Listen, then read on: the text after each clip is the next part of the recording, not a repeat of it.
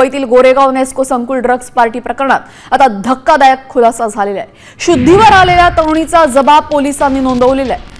आरोपी रौनकनं दिलेल्या पिवळ्या गोळीनंतर आपण थेट रुग्णालयातच शुद्धीवर आल्याचं तिनं सांगितलंय। धक्कादायक बाब म्हणजे बंगले किंवा फार्म हाऊस वरील पोलिसांच्या धास्तीमुळे आता मुंबईमध्ये मोठ्या म्युझिक कॉन्सर्टमध्ये ड्रग्ज घेण्याचा नवा ट्रेंड समोर आलेला आहे।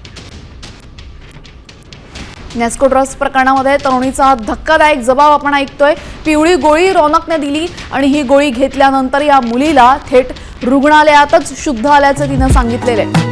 मोठ्या प्रमाणात पोलीस ड्रग्ज प्रकरणामध्ये छापेमारी करत असतात, मात्र तरीही अशा पद्धतीने अवैध ड्रग्जची विक्री सुरूच आहे आणि त्यामध्ये आता आपण पाहतोय एक नवीन ट्रेंड आलेला आहे। या ट्रेंडनुसार फार्म हाऊस किंवा इतर पार्ट्यांमध्ये न देता ड्रग्ज हे थेट आता म्युझिक कॉन्सर्टमध्ये वाटण्यास सुरुवात झाल्याचं दिसतंय। इथे आपल्यासोबत आमचे प्रतिनिधी संजय गडदे जोडले गेलेले आहेत।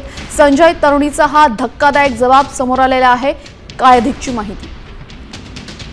नक्कीच आता महाविद्यालयीन तरुणांच्या परीक्षा संपलेल्या आहेत आणि यामुळे तरुण कुठेतरी आता रिलॅक्स होण्याच्या मनस्थितीमध्ये असताना मुंबईमध्ये किंवा मुंबईसारख्या ज्या कॉस्मोपॉलिटन शहर आहे या शहरांमध्ये मोठ्या प्रमाणावर ड्रग्ज पार्ट्यांचं आयोजन केलं जातं। मात्र या ड्रग्ज पार्ट्या आता पूर्वीसारख्या बंगला, विला किंवा या ठिकाणी न घेता अशा एखाद्या मोठ्या हॉलमध्ये ज्या ठिकाणी म्युझिक कॉन्सर्टचं बालिश नाव पुढे केलं जातं आणि त्या ठिकाणी या लाईव्ह कॉन्सर्टच्या आड जे आहे ते ड्रग्ज सेवन केलं जातं। कारण या ठिकाणी जर पाहिलं तर मोठ्या प्रमाणावर गर्दी असते, अंधार असतो, जोरदार म्युझिकचा आवाज असतो आणि अशा या प्रसंगी जे आहे ते ड्रग्ज सेवन करणं फार सोपं जातं।